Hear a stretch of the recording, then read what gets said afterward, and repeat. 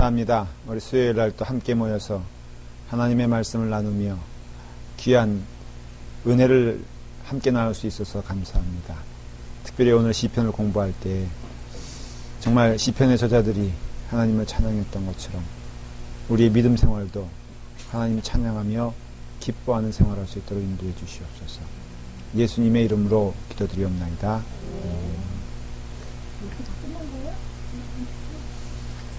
네, 끝났습니다. 네. 네. 몇 개 끝났는데요. 네, 한 번에 끝냈는데요. 우리 최경혜 권사님이 요약을 하는 분이기 때문에 혹시 제가 더 한다 그랬나요, 그때? 조금 더 한다 그랬어요? 제가 요즘 머리가 약간 안 주세요. 그래서 오늘은 여기는 끝났다고 제가 생각을 했었어요. 뭐 은혜롭게 가면 되는 거 아니겠습니까? 그래서 오늘은 시편에 대하여 말씀을 나누고자 해요. 시편은 뭐 배울 게 있나 하는 생각이 들어요. 그렇지 않습니까, 여러분? 여러분 가장 기쁜 마음으로 읽는 성경이 어느 부분입니까? 라고 물어보면 뭐 기쁨으로 읽는 게 있어요. 여러분 성경을요 정직하게 한번 제가 물어볼게요. 의무감으로 읽는 사람들 있죠. 1년 통도 가면은 성경책 준다니까. 솔직히 의무감으로 읽는 사람이 있어요? 우리 한번 여기서 그거는 왜냐면 시편이 주는 의미가 있어서 제가 좀 먼저 물어보고 시작을 하려고 해요. 자, 시편이 아니고 성경 얘기하는 거예요. 성경은 성경 자체가 뭐라 그러냐면은 꿀송이처럼 달다 그랬잖아요. 하나님의 말씀. 난 정말 그것이 의심이 돼. 자, 우리 가운데 여기 보면 한 300명 정도 모였는데 자, 성경을 정말 읽을 때마다 꿀처럼 달다.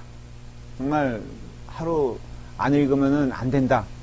한 분 있으면 한번 뭐 네라고 대답해도 좋고 뭐 손들어도 좋고 한번 표현해 보세요. 한 명도 없어요?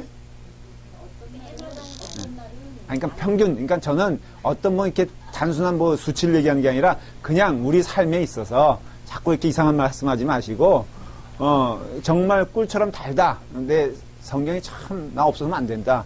보양식 먹는 것처럼, 그렇다. 그런 분 있으세요?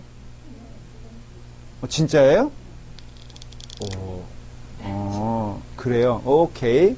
그러면 나는 정말로 솔직히 말하면 의무감으로 읽는다. 어쨌든 그게 나쁘다 좋다가 아니라 그냥 읽어야 된다니까. 그리고 또 읽어야지 기독교인 어떤 그런 사명감과 그것이 하나님과의 교제에 있어서 하나님과 더불어 이렇게 대화를 하는 것처럼 느껴지니까. 그래서 읽는다. 이 학생은 이제, 이정주 학생 어떠세요? 예?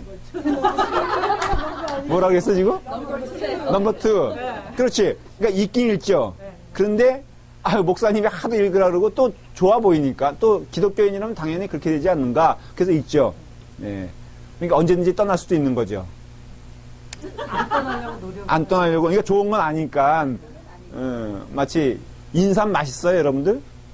서론만 제가 딱 2분만 얘기하고 시작할게요. 인삼 맛있어요? 근데 나중에 자꾸 먹으면 맛있어. 쓴맛이. 이분이 성경을 정말 아는 분이야. 그러니까 인상과 똑같은 것 같아요. 성경은. 처음에는 정말 졸리고 재미없고 그렇잖아요. 그리고 이렇게 좋아질 것 같지도 않아. 그런데 이 성경이란 것이요. 점점 이렇게. 그래서 여러분 맨 처음에는 노력과 어떤 의미에서는 시간 투자가 필요해요. 정직하게 말하면 그래요. 성경 공부도 금요 집회 제가 처음 부임했을 때요. 이렇게 막 열심히 뭔가 우리 목사님 뭔 얘기하시나 보다 하고 이제 그 얘기를 하고 나와잖아요. 그래서 막 이제 몇 번 들어보면 너무 좋대. 근데 안 나와. 누구라고 말할 수 없지만은, 그러니까 맨 처음에 기억해요. 목사님 이런 말씀은 처음 들어봐요. 정말 좋아요. 그러는데 한 몇 번 나오다가 안 나와. 그리고 한 번 안 나올 땐 굉장히 미안해 하더니 2번, 3번 안 나오다 보니까 너무나 뻔뻔하게 믿음 생활을 잘해. 그거 어떻게 해석해야 되냐 이거예요.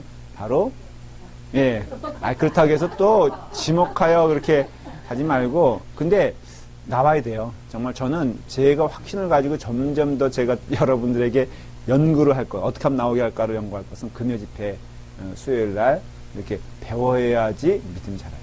제가 좀 안타까운 거는 어떤 때는 나오는 사람은 어느 정도 성장하는 것 같고 솔직히 말하면은 나오는 사람들은 안 나와도 돼. 이제 여러분들은 뭐 그렇게 잘 가고 있는 것 같아요. 그런데 문제는 안 나오는데 참 고민이 되는 분들 있잖아요. 방법이 없어, 그런 분들에게.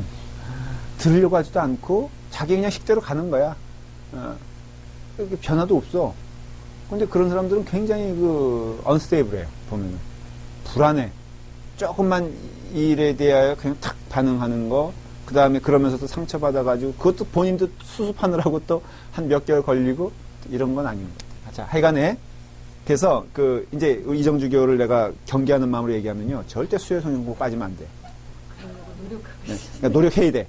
그리고 내가 보기엔 한 10년만 하면요, 10년만 하면은 저처럼 돼. 그러니까 이제 겨우 한 1년 했나? 예, 했죠. 그러니까 자꾸만 뒤로 가는 것 같아, 앞으로 가는 것 같아. 좋아하면 돼. 왜냐면 내가 모르는 부분들이 이런 거였구나. 신앙생활을 어떻게 하는지 모르는 게 가장 저한테는 어려운 얘기예요. 그러면 내가 7년으로 깎아줄게. 그러니까 나오니까 예, 7년 동안은요 빠지면 안 돼. 그러니까 여러분도 마찬가지야. 내가 약속하건데 한 7년 해보니까요 돼. 그리고 또 서당계는 3년이잖아요. 그러니까 여러분들은 한 7년 정도 하면은 된다 이거예요. 그래서 정말이에요. 믿음 생활이 이렇게 그런 얘기 하잖아요. 저는 학교를 예를 들어서 대학원을 2개나 나왔거든요. 나가 아니라 좋지 않은 학교 2개 나왔어요, 그냥. 예. 또 그렇게까지 얘기하시고 또 보이세요. 그러면은 그만한 사명이 있다고 생각을 해요. 제가 하고 싶은 얘기 그거예요. 여러분들에게 한글 못 읽는 분 천국 가요. 확실해요. 성경 한 번 안 읽어도 천국 가는 건 맞아요. 그러나 그거는 그 얘기고 하나님은 또 우리에게 글을 가르쳐 주신 이유가 있지 않겠어요? 나를 초등학교만 나오지 않게 하시고 대학교 나오게 하시는 것도 이유가 있고 글을 읽고 또 배울 수 있는 은혜를 주신 것은 그만한 또 사명이 있는, 저는 이렇게 여러분들에게 그러니까 어떻게 보면 호소하고 싶어요. 여러분들은 그만한 수준이 되니까 하나님이 또 이 사명을 맡겨주는 것이고, 수요일날 성경 공부 오시는 분들은 또 어떤 의미에서는 주일날만 나오는 분들에 대하여 영적으로 여러분들이 무엇인가 도전을 주고 또 격려를 주고 또 이렇게 목표가 여러분들이 될 수 있잖아요. 그 사람들에게 있어서는. 그러니까 저는 아주 어떤 때는 수요 성경 공부 나오고 금요 성경, 이렇게 성경 공부 열심히 하는 사람들에겐 좀 가혹하게 대하고 싶어요. 보통 교인들과 달리 정말 이 사람들이 실수하면은 그냥 주일날 만일에 여러분들 제가 언제 한번 시범 케이스로 걸릴지도 몰라. 제가 한번 그냥 일어나서 늦게 왔는데 내보내는 케이스는 수요 성경 공부 나오는 사람일 거예요. 절대 주일만 나오는 사람에게 제가 그런 짓을 안 해요. 근데 여러분 가운데 만일에 어느 한 케이스 하나 내가 한번 해야 되겠다 그럴 때 그 시범 케이스는 반드시 내가 확신하건대 수요 성경 공부 나오는 사람 가운데, 뭐 예를 들어서 허혜리 집사님이라든가 주의장 내보낼 수 없으니까 누구야, 유진실 집사님 조심하세요.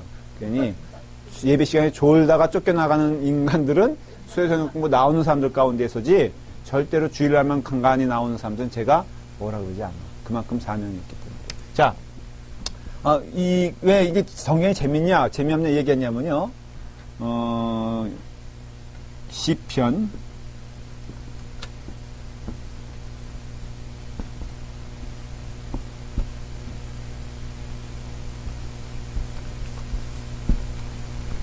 하루에 성경을 3장 이상씩 읽는다 라고 한다면은, 그러니까 성경 통독을 1년에 하려면은 하루에 3장을 읽어야 되거든요. 그러려면은 이런 식으로 읽어라 하고 권면을 해요. 시편 1장을 읽을 것 매일, 잠언 1장을 읽을 것 매일, 그리고 ETC는 그 외의 성경을 석 장 정도 읽을 것. 이렇게 하라는 것이에요. 그러면 시편은 150편이잖아요. 그러면은 한 몇 번 읽을까? 3번을 읽어요. 이런 식으로 하는 거예요. 왜냐하면 시편과 잠언이 잠언은 쉽게 말하면은 인생에 하나님의 지혜를 주죠. 참 이 지혜로운 말 많이 했어요. 이 잠언대로 살면요, 여러분들 만사가 형통해. 그렇죠? 시편은 하나님을 찬양하는 거예요. 기도하는 거예요.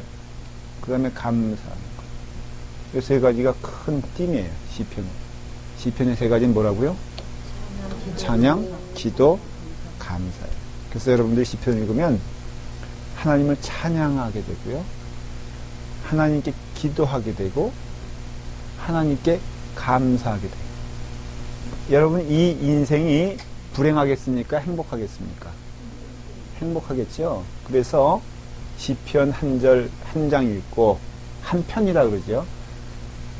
그 다음에 잠언을 한 장 읽고, 그리고 기타 성경을 3장 읽으면은 1년에 한 번 통독을 하면서 시편, 잠언을 한 3번, 4번 읽게 되는 꼴이 되는 것이죠. 그래서 이만큼 이것이 주는 의미가 있다는 것이에요. 마틴 루터는 이렇게 했어요. 꼭 시편 한 편, 잠언 한 장을 읽었다는 것이죠. 그래서 여러분들이 그런 관점에서 보게 되었을 때 시편이 주는 의미가 있다라는 것이에요. 아까 말한 대로 시편은 요것 가운데 특별히 요 두 부분, 찬양과 기도로 이루어진 것이에요. 찬양과 기도로 이루어질 때는 자연스럽게 감사가 나오게 되겠죠. 그래서 시편은 뭐냐? 한마디로 찬양과 감사. 찬양하는데 보통 우리가 상식적으로 뭐가 있죠? 찬양할 때 우리 보면은 그 악기가 있잖아요. 악기 없이 부르는 것을 아카펠라라고 그러죠. 네. 아카펠라가 무슨 뜻이에요? 이태리에서 다니시죠? 아, 그래요? 그럼 영어인가? 악기 없이 부르는 거? 물어본 제가. 그래서 이제 이 시편을 보면요, 거기 마스길로 한 노래 뭐 이런 얘기가 나오잖아요. 그게 정확히 뭔지 잘 몰라요, 지금도. 그러나 하나 깨닫게 되는 것은 그 악기의 종류가 아닐까, 운율의 종류가 아닐까, 이런 식으로 얘기해요. 다시 말하면 그 성가대가 일종의 불렀던 찬양시가 시편이었을 것이다. 그렇게 우리가 생각을 하죠. 그러니까 여러분들이 그런 점에서 시편에 대해서 먼저 이 구조적으로는 뭐다? 찬양하고 감사하는 것이다. 기도문이다. 기도문과 찬양시가 섞여 있는 것을 알 수가 있습니다. 여러분 시편 보시면요, 첫 번째 뭐라고 되어 있는지 아세요? 몇 권으로 이루어진지 아세요? 혹시 시편이? 150편으로 이루어졌어요? 몇 권이라고 제가 물어봤지. 5권. 최경영 권사님은 역시 신학교 출신이잖아. 뭘 나와도 나와야 돼. 그래서 5권으로 이루어졌죠. 그래서 처음에 보면 1권, 2권 이렇게 되어 있잖아요. 상식적인 거 몇 가지만 가르쳐 드릴게요. 시편의 저자는, 첫째는 시편은 BC 1500년경부터 해서 BC 한 400년 정도, 1000년 동안 거의 기록된 다양한 저자들에 의해서 쓰여진 거예요. 그런데 크게 한 세 그룹이 얘기될 수 있어요. 첫째는 다윗이 73편을 썼어요. 73편. 시편에 있어서 73편이니까 시편이 150편이죠. 거의 얼마를 쓴 거예요? 절반을 썼어요. 그 다음에 아삽, 고라가 썼어요. 이건 다 일종의 음악을 담당하는 사람들이다. 그렇게 이해하시면 돼요. 성전에서 음악을 담당하는 사람들이다 하는 것이었어요. 그래서 아삽이 12편, 고라가 11편을 썼어요. 그 다음에 이제 한 편, 2편 되는 게 솔로몬이 2편을 썼어요. 그리고 모세가 한 편을 썼어요. 헤만이 한 편을 썼고 헤만과 에단이 여러분 잘 모르셔도 돼요. 그러면 제일 먼저 쓴 사람이 누굴까?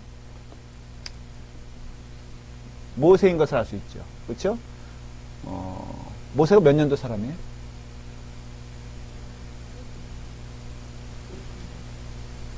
예? 예. 숙제, 다음 시간 숙제예요. 아브람, 모세 이런 것이 큰 축이에요. 다윗 역사에 있어서 한 얼마씩 차이가 나냐면은 이렇게 차이가 나요. 네. 단위가 이제 대강 알았죠? 무슨 얘기인지. 네. 그러니까는 500년씩 차이가 나요. 큰 축. 그러면 성경의 어떤 그 기록 연대라든가 그런 것들을 이제 상식적으로 알 수가 있죠. 이 정도만 알려 드릴 테니까 나중에 한번 살펴보시길 바래요. 바울도 시편을 너무너무 좋아했고요. 그 다음에 성경의 선배들은 다 시편을 아주 사랑했어요. 그래서 시편이 우리 신앙생활에 있어서 대단히 주는 의미가 있다는 것을 알 수가 있고요. 말한 대로 시편은 언제부터요? 모세 때 쓰여져서 그 다음에 BC 450년에서 425년 정도 그렇게 이제 쓰여졌어요. 저는 지금 주로는 그 마크 데버라는 목사님의 어떤 스트럭처를 하나 소개할 거고요. 그 다음에 넬슨 목사님의 스트럭처를 소개할 거예요. 다 의미가 있어요. 넬슨 목사님은 이 시편을 어떻게 이해했냐면요. 그 5편을 성경의 그 모세 오경 있지 않습니까? 모세 오경적인 관점에서 봤어요. 그것도 일리가 있어요. 완전히는 아니에요. 무슨 소리냐면은, 자, 보면은, 모세 오경이 뭐예요? 창세기부터, 그냥 제가 말하면서 얘기할게요. 창세기, 출애굽기, 신명기 이제 마지막이에요. 모세 오경에 있어서. 그전에는 뭐예요? 민수기예요. 그 다음 레위기예요. 자, 그냥 모세오경 쉽게 외워보죠. 창세기, 출애굽기. 제가 말을 했잖아요. 레위기, 민수기, 신명기라고 했어요. 그쵸? 뭐 우리가 이렇게 확인해봐도 좋죠. 자, 창세기, 출애굽기, 레위기, 민수기, 신명기거든요. 근데 각각 주는 의미가 있어요. 창세기는 창조에 대한 거죠. 그쵸? 그러니까 하나님이 세상을 창조하신 것에 대한 찬양이 1편부터 41편까지. 그게 1권이에요. 시편 1권은 1편부터 41편. 그건 뭐 외울 거 없어요. 여기 성경에 나와 있으니까. 제 1권 이렇게 나와 있으니까. 성경 자체. 자, 보면은 시편 1편에 보면 제 1권이라고 써 있잖아요. 1권은 시편 1편부터 41편까지인데 저자는 다윗이에요. 그러니까 다윗이 얼마나 하나님과 더불어 깊은 교류를 나눈 걸 알 수가 있죠. 근데 다윗이 썼는데 이것은 창세기에 그 인간 창조에 대한 주제와 유사하다라고 말하는 것이죠. 어떤 시는 그렇지 않아요, 사실은. 그래서 이것이 다 맞는 게 아니지만 이렇게 이해할 수 있다는 것을 또 이런 관점에서 보면 시편의 첫 부분은 하나님의 창조에 대한 감사함과 기쁨이 있구나라는 것을 구조적으로 좀 알아둘 필요가 있어요. 그 다음에 2권인 그 42편부터 72편까지는 다윗과 고라가 주요 저자인데 그거는 출애굽기, 하나님의 구원과 구속에 대하여 기록됐다고 할 수 있어요. 그러니까 그것을 찬양한 것이죠.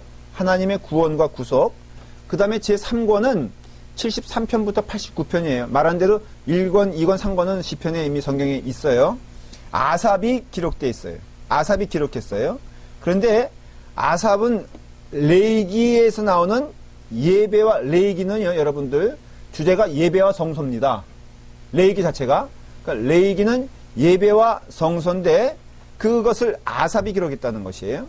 그 다음에 네 번째는 뭐예요? 민수기. 90편부터 106편까지인데 저자는 잘 모르겠어요. 그런데 민수기의 그 주요 내용이 뭔지 아십니까? 광야에서의 방랑이에요. 그래서 광야에서 방랑하는 동안 그 이스라엘 사람들이 당했던 고통을 묵상하면서 함께 나눌 수 있는 시편이 바로 네 번째 책인 90편부터 106편까지고요. 그 다음에 5권은 107편부터 150편까지인데 신명기는요, 그 주제의 특징이 뭐냐면 하나님의 말씀과 찬양이에요.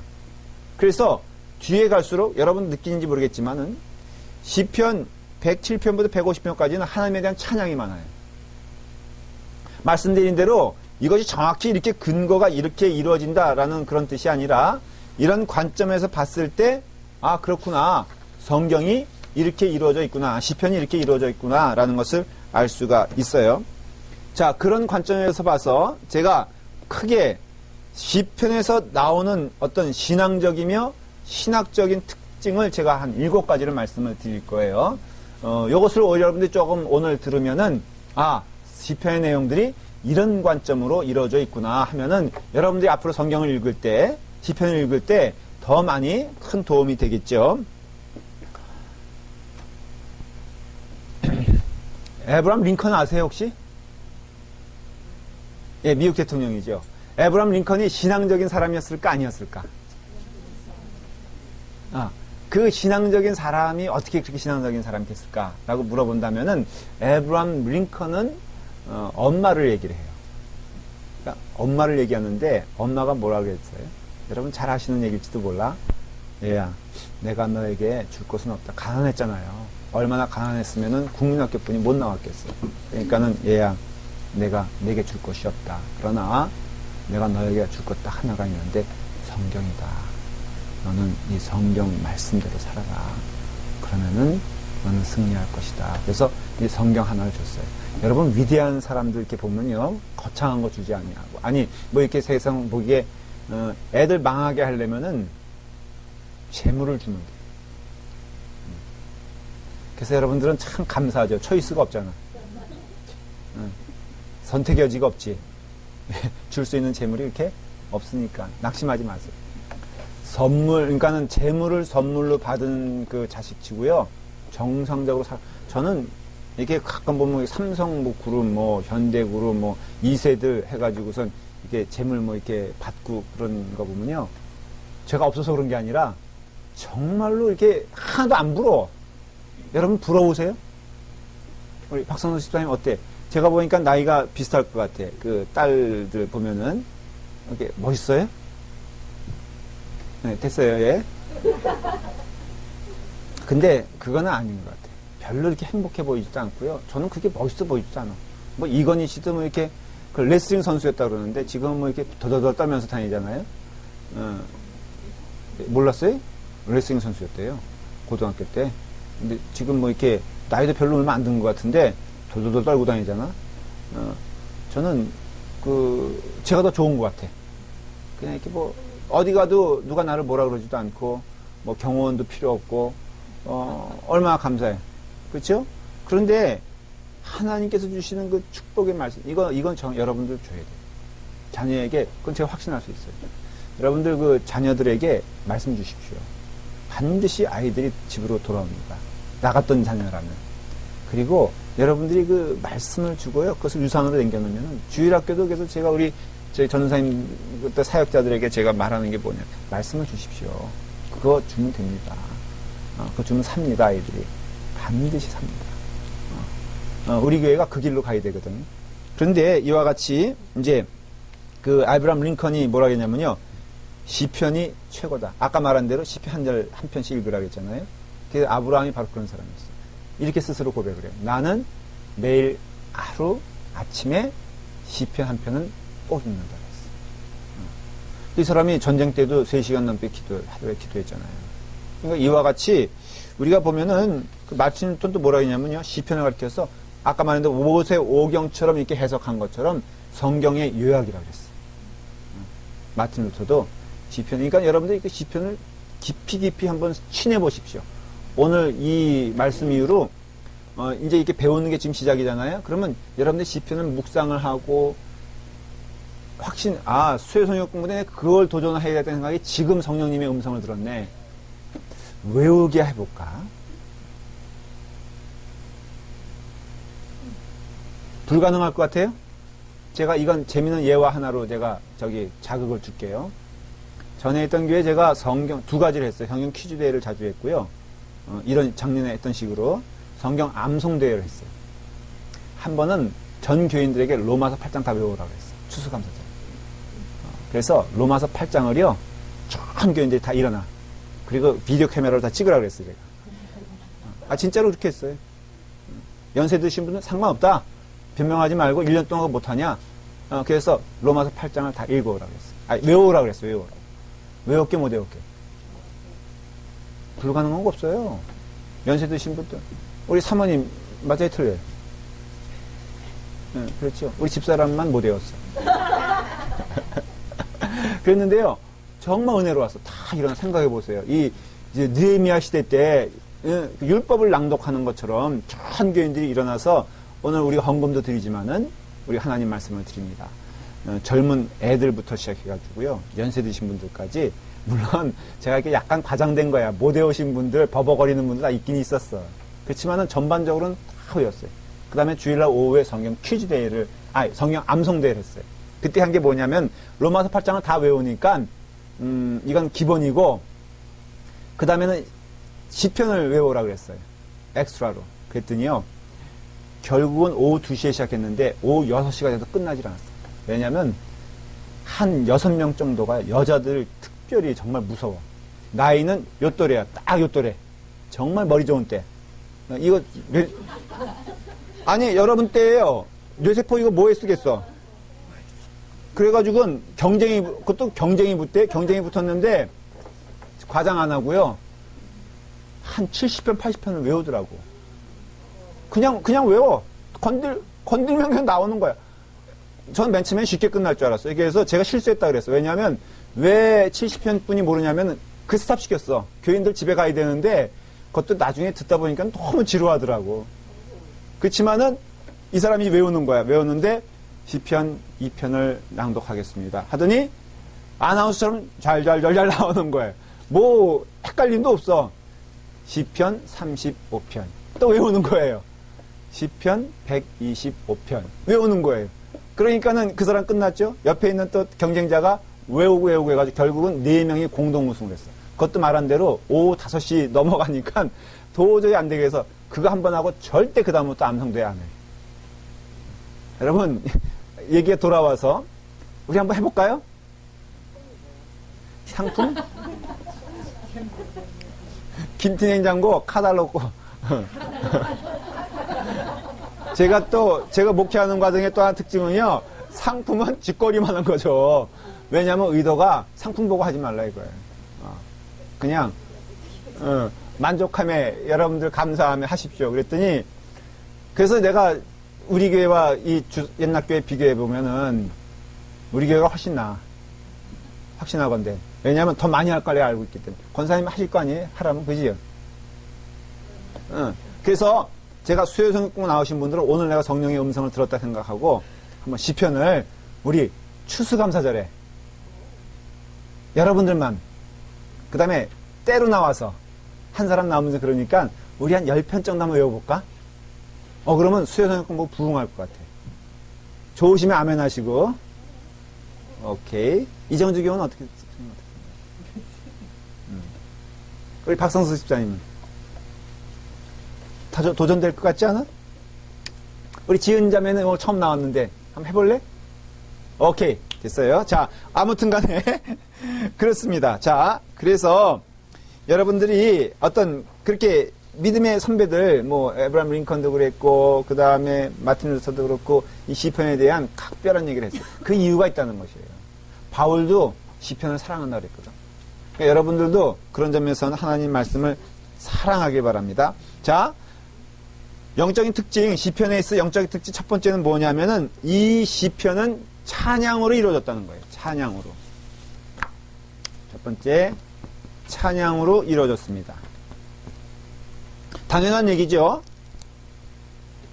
여러분, 찬양은 무엇을 찬양하는 거냐면은 두 가지를 찬양하는 것이에요. 잘 기억해 두세요. 찬양의 본질은 첫째, 하나님이 하신 일을 찬양하는 거예요. 하나님이 내게 이루신 일, 하신 일, 아니면 자연을 창조하신 일. 근데 요게 찬양은요, 나를 생각해 보면은 하나님의 사랑을 많이 받은 나에게 허락하신 모든 것들을 찬양하게 되죠. 여러분, 이 찬양은요, 어느 단계까지 그런 점에 있어서는 찬양이 되냐면은 내게 있어서 내 눈에 보이기에 좋은 것만 주신 하나님만 찬양하는 것이 아니라 내게 있어서 내게 주신 모든 것을 찬양하는 게 찬양이에요. 무슨 얘기인지 어렵지 않죠? 다시 설명을 드릴게요. 여러분들이 생각하기에 이것은 좋다. 이것은 참 내 마음에 든다. 라는 것으로 만이 아니라 내게 있어서는 이것은 부담스럽다. 이거 없었으면 좋겠다. 라는 것에 대한 찬양까지 포함해서 내 생에 전체를 놓고 봐서 하나님이 나를 사랑하신다라는 것을 고백하고 하나님이 다 만드셨다라는 것을 고백할 수 있는 것이 찬양이다라는 거예요. 그래서 이 시편을 보면은 그런 것들이 다 녹아져 나와요. 이것을 꼭 기억하면서 한번 읽어보세요. 맞아요. 그렇죠? 아골골짝 빈들에 내게 있어서 정말 어려운 길을 갈 때 다윗이 미친 척하면서 쫓겨다닐 때라도 다윗이 찬양을 멈추지 않았어요.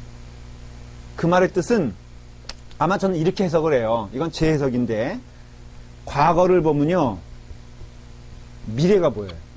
여러분 이게 뭐 추상적인 얘기가 아니라요. 여러분 지금까지 살아오는 동안 이제 은혜로 이제 여러분들이 이제 믿음 생활을 하기 시작하면서 여러분들의 삶의 모든 경험이 다 은혜롭지 않아요? 어때요? 여러분들의 모든 삶의 경험이 다 축복 아니에요? 내가 오늘 이 시간에 내가 이 자리에 오기까지 내 육신적인 입맛에 좋은 것으로만 내가 이렇게 형성된 게 아니에요. 오히려 더 어렵고 힘든 경험을 통해서 사실 여러 가지. 남자들은 군대 갔다 오면 사람, 제가요, 군대 간 날 처음 외박했다니까. 무슨 소리냐면은 제가 집을 떠나서 자본 적이 없는 사람. 제가 이게 귀하게 자랐어요. 네? 알았어요. 무슨 얘기인지 알겠는데. 아니, 뭐 캠핑 가거나 그런 건 말고.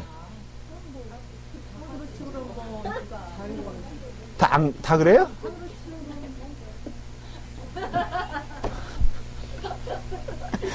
제가요, 대학교 때 기숙사 하고 싶어가지고, 정말 애원을 했어요. 근데 서울에 사는 사람이 기숙사를 안 받아주더라고요. 그래서 어쨌든 간에, 갑자기 힘이 쫙 빠지는데, 반응이 이러니까. 아무튼 간에, 군대 가기 전날까지는 그래도 이렇게 집 밖을 나가본 적이 없어요. 그러니까 소위 말해서 이렇게 거친 환경에 거해본 적이 정직하게 말하면 없었어요. 그런데요, 첫날 가서, 꽤 버틸만 하면서도 어쨌든 그 2년, 3년 동안의 그 기간 동안 제가 인생의 모든 것은 다 경험했어요. 피 흘리는 거 경험하고요. 그 다음에 인생의 어떤 그 겨울에 여러분 살이 애인다라는 거 들어보신 적 있어요? 영하 30도 되는 곳, 그때 그 밖에서 한 2시간 동안, 3시간 동안 이렇게 새벽 2시에 혹시 밖에 덜덜 보신 적 있으세요? 그때는 체면 이거 먹어요. 여자 스타킹 정말 인기 짱이야. 여러분 이상하게 생각하지 마십시오. 군인들은 다 입어. 그래서 애인이건 뭐 아니면은 집에 누나건 뭐 다 붙여달라 그래. 그러면 스타킹 한 4개 신고요. 거기다가 또 내복 3개씩 입고 그 다음에 또 깔깔이해서 17개 입어봤어. 이게 다리가 구부러지지가 않아. 그리고 넘어지면 안 돼. 왜냐면 넘어지면 일어나지 못하니까. 정말이에요. 그리고 근무 나가는 거예요, 군인들이. 여러분들 자녀들이 한국에 있으면 그렇게 간다니까. 더군다나 저는 금강산 완전 꼭대기니까 거기는 과장하면요, 입김 이렇게 불면은 여기에 고드름이 생기고 그 다음에 뭐 우리말로 소변 누면요, 여기에 내려오면서 얼어. 그런데 어쨌든 그런 곳에 있으면서 제가 많이 힘들었잖아요. 당연히 힘들었겠죠. 뭐 서울에 살던 서울 뺀질이가. 그런데요, 제 기억에는 그거 경험하고 나니까 정말로 아무것도 아니야. 인생에 있어서 뭐 날씨 이런 거 물론 저도 여기 살다 보니까 춥지만은, 그래서 찬양한다고 했을 때 내 인생에 허락하신 모든 일을 찬양하고 주신 환경 찬양하고 자연을 찬양하고 하나님이 창조하신 모든 세계, 이건 말한 대로 특별히 개인적인 사건에 있어서는 내 인생의 모든 경험을 포함하고요. 이스라엘, 그러니까 민족적인 것도 되거든요. 민족적인 것에 있어서도 다 그것을 포함하고 주신 자연의 모든 것도 다 일단은 내게 주시고 내게 허락하시고 내게 경험되어지는 것은 다 감사한 거죠. 여러분 만나는 사람 악한 사람이라 할지라도 감사하십시오. 여러분들이 그거 아니면 성장이 안 되거든. 그리고 우리가 알다시피 어느 모든 게 제가 이런 황당한 사람 봤어요. 초콜릿으로 일상생활을 영위하는 사람 혹시 들어보신 적 있어요? 그런 사람이 있더라고. 초콜릿에 밥 말아 먹어. 초콜릿으로 점심 먹어. 의사가 이 사람 이제 좀 있으면 죽는다 그랬어요. 근데도 먹어. 자, 초콜릿 우리 얼마나 좋아해? 여러분 초콜릿 좋아하시죠? 제가 삼시세끼 초콜릿 줄까 그냥? 그러면 죽습니다. 인생에 있어서 여러분들 좋은 경험, 좋은 것들만 가지고 인생이 행복해질 거라고 생각하세요? 그래서 여러분 그 위가 뭐예요? 그 끝이 뭐예요? 타이거 우즈가 집이 엄청나다면서요? 집에 골프장이 있대. 난 한번 그런 집에 살아봤으면 좋겠어. 근데 타이거 우즈 보세요. 타이거 우즈가 누군지 모르죠? 여러분들에게 가장 알맞는 사람이 누굴까? 고두심? 누구더라도 좋아. 몰라요? 그러면 아는 사람 뭐예요? 누구예요? 다 알아? 하여간, 여러분들이 생각하는 그 가장 상위층에 있는 사람들 보면요, 다 불행해. 행복한 사람 누가 있어요? 그러니까는 우리가 너무 고단하다, 내 애들 키우는 것도 힘들고, 너무 삶이 척박하다. 아니요. 그게 어쩌면 여러분들을 살리는 축복일지도 몰라요. 반드시 기억하십시오. 정말 어릴 때부터 그 정박아라든가 아니면은 그 대갈군부는 이렇게 등이 벌어진 애가 태어났어. 그래서 걔는 그냥 엄마 알아보지도 못해. 평생 틀어. 그런데 저를 손 붙잡고 제가 신방 가면요. 그런 얘기. 목사님 제가 얘 때문에 살아요. 그 사람 참 부자거든요. 그냥 몇백만 불 지배해요. 그런데 그게 행복이 아니고 이거 뭐 없어졌다 이거예요. 그리고 그 아이 보면서 자기는 이 아이 때문에 산다는 거예요. 눈물 철철 흘러가면서. 그 사람은 그런 점에서는 불행한 사람은 아니죠. 그러니까 여러분들 기억하세요. 시편에서 말하는 찬양은 내 형편이 좋을 때만이 아니라 내 형편이 어려울 때 힘들 때라도 그냥 내 삶의 과거를 보면은 다 하나님이 허락하신 것이고 나를 성장시키기 위한 것이고 오히려 그때 내가 하나님과 교제하는 삶을 살지 않았나라고 한다면 말한 대로 과거를 보면 뭘 안다 그랬죠? 미래를 본다 그랬죠. 이게요, 이건 신앙의 경험으로 말씀을 드릴게요. 이거는 어떻게 논리적으로 말할 수 없는 부분이에요. 이거에 대한 충만한 은혜가 있는 순간에 이것에 대한 기대가 생깁니다. 이거에 대한 충만한 하나님의 음성을 듣는 사람들은 이것에 대하여 두려워하지 않아요. 자, 이런 것이에요. 여러분, 과거에 지금까지 삶을 보면 하나님이 축복하신 거 믿으세요? 결국은 내게 있어서 다 경험되어지고 환경적인 것들이 버릴 게 하나도 없고 하나님께서 요 부분도 내 인생의 그 필름을 돌려보면은 요때 요 시간도 하나님의 축복이었지만 저때 저 시간도 하나님의 축복이라는 걸 믿으세요? 그걸 경험적으로 깨닫게 되세요? 그걸 찬양하게 되세요? 그러면 당연히 미래도 어느 한 프레임, 어느 한 초, 어느 한 부분도 버릴 것이 있다 없다? 없죠? 저는 그 진리를 깨달은 순간부터요. 제가 누구를 사실 보면 교인들이요. 목사로서 우스갯소리지만은 좀 이렇게 시험 보거나 걸러서 좀 받았으면 좋겠다는 생각을 할 때가 있어요. 그렇죠? 없겠어요? 여러분들도 목사님 맨날 평가하잖아. 제가 알아요. 맨날 집에 가서 김동희 목사님이 뭐 어떻고 그 다음에 어떤 목사님에 비해서 어떻고 그런 얘기 맨날 하잖아요. 그렇죠? 안 하세요? 맨날은 안 해요? 어쩌다 해? 그런데 확신하건대 그래서 여러분들 믿음에 무슨 문제가 생겼냐는 거예요. 확신해요. 그래서 우리가 하나님의 은혜 가운데 살아간다면요. 지금까지 살아오신 게 하신 것이 은혜라면은 앞으로의 삶도 은혜는 건 100% 맞아요. 그래서 시편의 기자들은요. 과거를 돌아보면서 앞날을 걱정하지 아니하고 과거를 보면서 미래를 보는 것이에요. 그러니까는 나는 할 일이 이제부터는 최선을 다하는 것뿐이 없어. 나에게 누구를 만나게 하든지 내가 무엇을 경험하든지 하나님의 뜻은 무엇인가 하나님이 기뻐하시는 일은 무엇인가 하면서 찬양하는 것이에요. 이게 바로 찬양의 첫 번째 요소인 하나님이 하신 일 하나님께서 우리에게 허락하신 일, 하나님을 통해서 내가 경험한 일들에 대하여 찬양하고 기뻐하는 내용들이 시편 가운데 있어요. 그런데 찬양에는 두 번째 요소가 더 중요해요. 그건 뭐냐면은 하나님 자체를 찬양하는 것이에요. 그걸 가리켜서 하나님 존재를 찬양한다는 것이에요.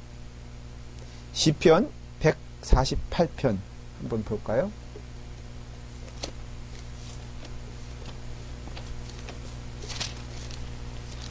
시편 148편 보면요.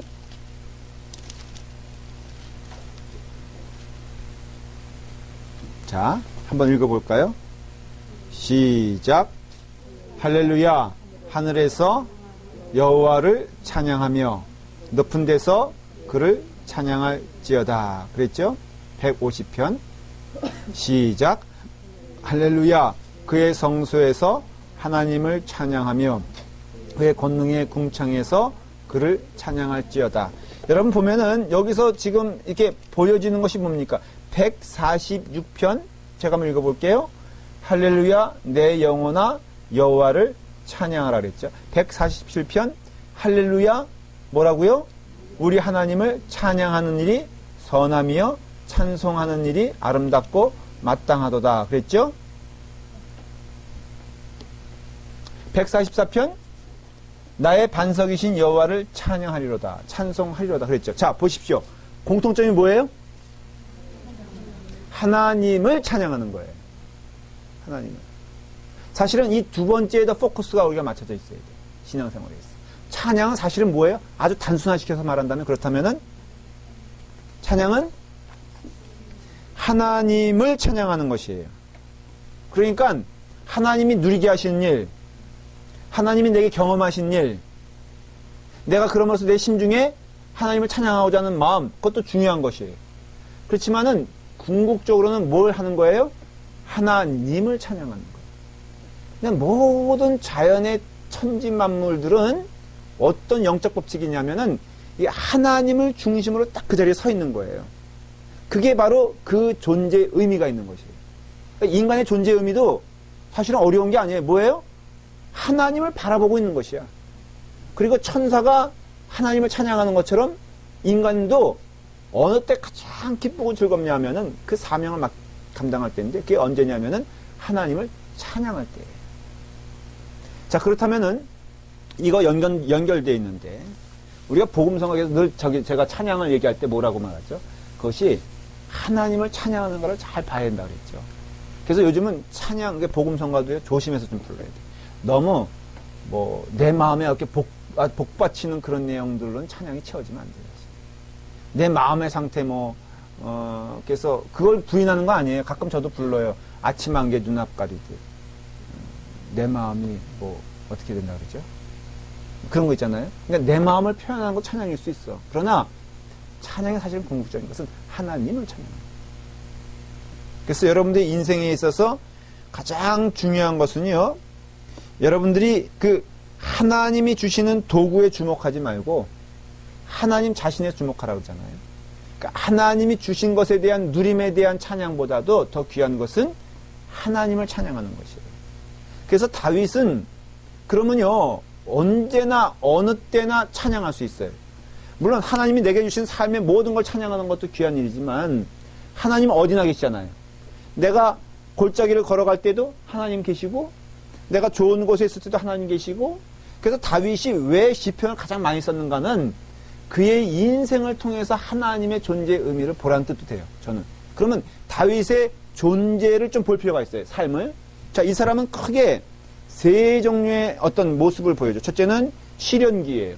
젊은 날에 사울에게 쫓기고 왕이 되는 과정에 있어서 얼마나 많은 고초를 당합니까? 정말 이 사람은요 그런 과정에서 경험하지 못한 것이 없을 정도로 배신도 경험하고 외적의 침입도 경험하고 미친 척하는 순모도 경험하고 그 다음에 사울에게 끊임없이 쫓기는 것도 경험하는 아주 그런 비참한 삶을 살아요. 더군다나 이때 이 고통은 어떤 면에서는 예수님이 하나님께 버림받은 것처럼 아니 기름으로 세워주셔서 왕을 만들어주시겠다 약속하신 하나님이 마치 다윗을 버린 것 같은 상황에 봉착하는 것을 봐요. 여러분 그거 못 느끼세요? 시편 보면 그런 것도 나오고, 실제 다윗의 역사를 보면은 다윗이 정작 행복하게 살았던 때는요, 유아 시절, 소년 시절이에요. 그때 언제냐면 하나님의 부르심을 받지 않았을 때예요. 다윗에 있어서 정말로 육신적으로 정직하게 그 인생에서 가장 좋은 때를 말해봐라 그러면은 들판에서, 그렇지 않겠어요? 들판에서 뭐 했어요? 야, 정말로 그림 같은 장면이죠? 하프를 띠디딩 키고 있어.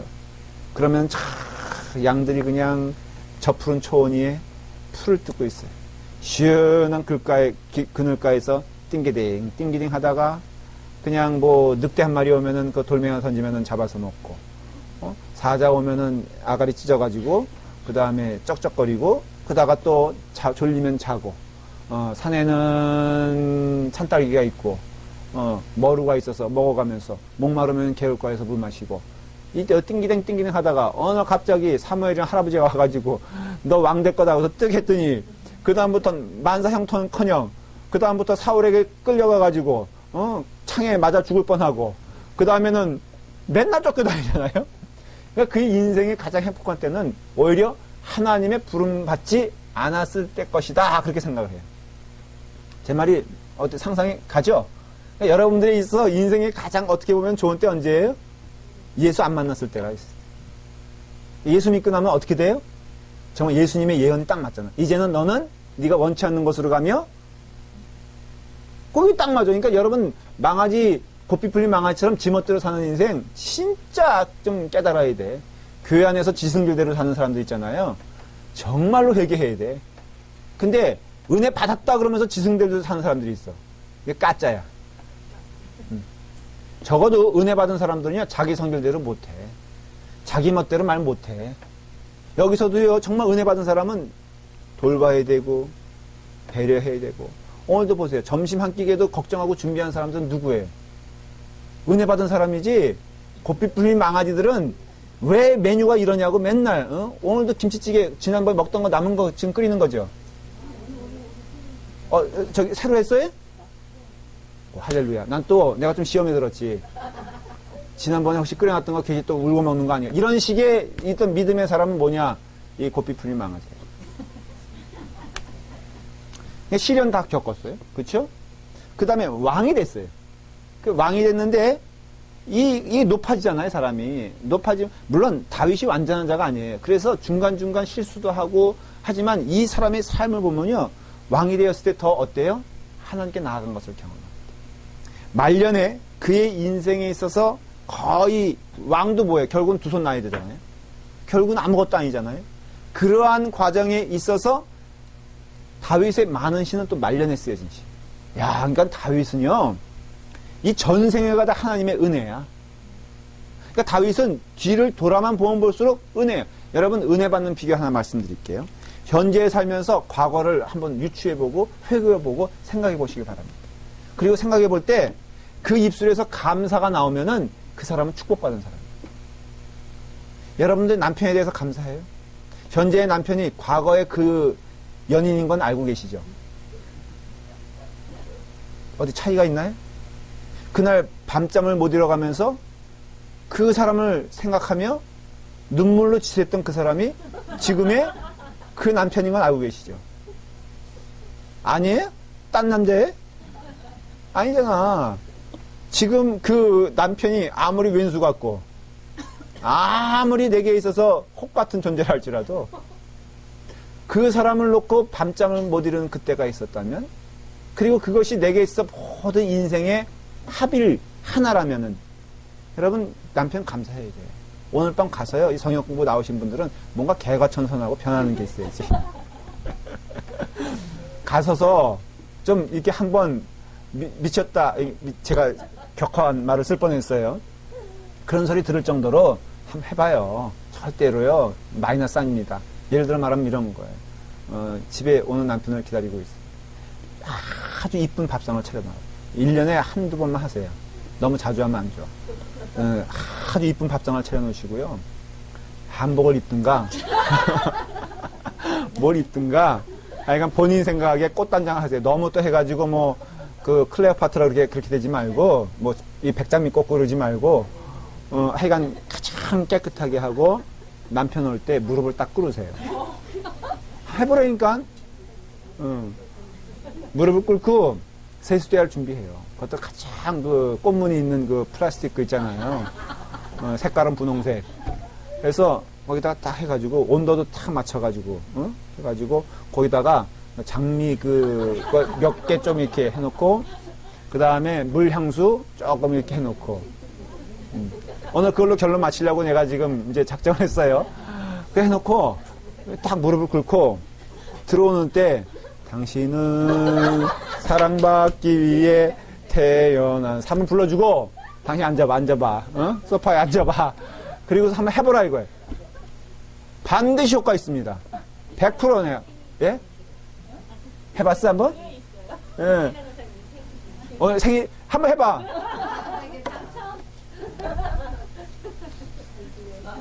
다음 주에 한번 우리 2020생 간증 한번 들어볼게요. 그러니까는 여러분 그 가운데 역사하시고 그 가운데 함께 하시는 하나님을 바라요. 얼마나 감사해요. 이렇게 만들어주신 하나님께 영광 드릴 수 있는 은혜. 제가 지난주일날 그저께 그러니까 LTD 우리 그 모임이 있어가지고 각 교회만 저는 그렇게 또 화려하게 하는 줄 모르고 저도 너무 방심했지. 우리 교회 교인들에게 그냥 뭐 있는 대로 해라 그랬더니 정말 이 사람들이 있는 대로 하는 거야. 내가 진짜 그렇게 있는 대로 하는지 몰랐지. 사회자가 얼마나 당황했으면은 이 교회는 참 소박하게 한다고.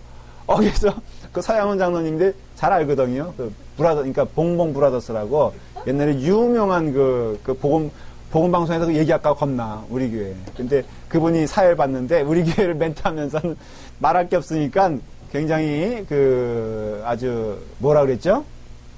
그러니까 조촐하게. 예.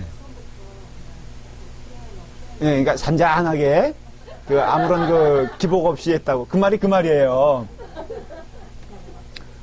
근데 딴 교회는요, 연극, 또 주님의 교회는 별것도 아니야. 쟁반 들고 나오고, 물통 들고 나와가지고 난타 했는데 멋있어 보이더라고요. 연습을 꽤 했어요. 그 다음에 탁 이런 것도 하고, 일단은 옷도, 우리는 인원에서도 딸려, 그 다음에 너무 자유로워, 또 곡도 그냥 잔잔하게, 또 외웠냐면 외우지도 않았어. 그래서 버벅거리고, 또 음치들만 나간 거야. 이제 와서 제가 회개하는 마음으로 고백할 게 있어, 사실은. 연습하라고 해서 나오라 그러더라고. 저를 또 찾아, 우리 교인들이. 그때 안 찾으면 좋은데, 목사님 어디 계셔서? 그러면서 내가 한번 리허설이란 걸 해봤어요. 분위기가 이게 아니야. 그래서 제가, 목사는 나가는 게 아니다. 거기에. 그래서 제가 본선에서 안 나갔어. 연습 때 하고, 왜냐? 이거 아무래도 창피할 것 같아가지고. 근데 자꾸 서양훈 장로님은 사회 보면서 라팔마교회 김동희 목사님의 교회라고. 그 얘기 안 하면 얼마나 좋아. 그래서 이제 이렇게 찬양을 들어요. 난 대강 교회들이 나오는 거 보니까 분위기가 벌써 심상치 않으니까 마음이 콩당콩당 뛰는 거야. 그래도 알량한 자존심은 있다고. 그래서 지은이도 했었나? 그치? 너도 창피했지? 안 창피했어? 그래서 이제 마음이 약간 뛰는 거예요. 그 부담 되잖아. 그래서 이제 듣는데요. 가만히 듣는데 정말로 피아노 심어더라고. 근데 저는 그때 은혜 받은 걸 얘기하는 거야. 오히려 이렇게 막 이렇게 난리치고 그런 것보다도 잔잔하니 이렇게 음악을 듣는데요. 은혜가 된 거야. 제가 은혜 받으니까. 그래서 제가 뛰쳐나가고 싶었어. 회개하고 거기 근데 제가 이 얘기하고 싶은 거예요. 우리 생각에는 이건 아닌 것 같고, 이거 부끄러운 경험인 것 같고, 또 이것은 내 인생에 있어서 지워버리고 싶은 경험이라도. 그렇다는 게 아니라, 그냥 그 교회 전체 예를 든 거예요. 8개가 나왔는데, 솔직히 실력적으로 말하면은, 그렇지만은, 우리가 진심으로 드린다면은, 거꾸로, 이게 너무 화려한 쪽으로 가는 건, 여성교 합창제 우리가 올해는 안 나가기로 한 거, 어떤 때는 우리가 그런 도전을 너무 이 교회들이 정말 그렇잖아요. 그게 화려하고 그냥 빤딱이 갖다 붙이고 그게 이렇게 그렇게 보면은 또 그렇지만은 좋게 보면은 그렇지만 너무 이러다 보면은 본질적인 것을 잃지 않을까 하는 염려를 좀 하잖아요. 목회자들도. 마찬가지로 이 LTD 이것도 이게 조심해야 될 게 자칫 이런 식으로 하다 보면은 다음에 우리가 정말 저도 작심하고 하면은 제가 6개월 준비시키겠어. 전문가 불러가지고 바디어십 그냥 다 그다음에 땡땡하고 다 입혀가지고 우리 그냥 온 교인들 다 출동시켜가지고 할 수도 있겠어. 그런데 이게 아니고 하나님께서 이렇게 은혜 주시구나. 그래서 내년에도 우리는 그런 식으로 가려고 그래요.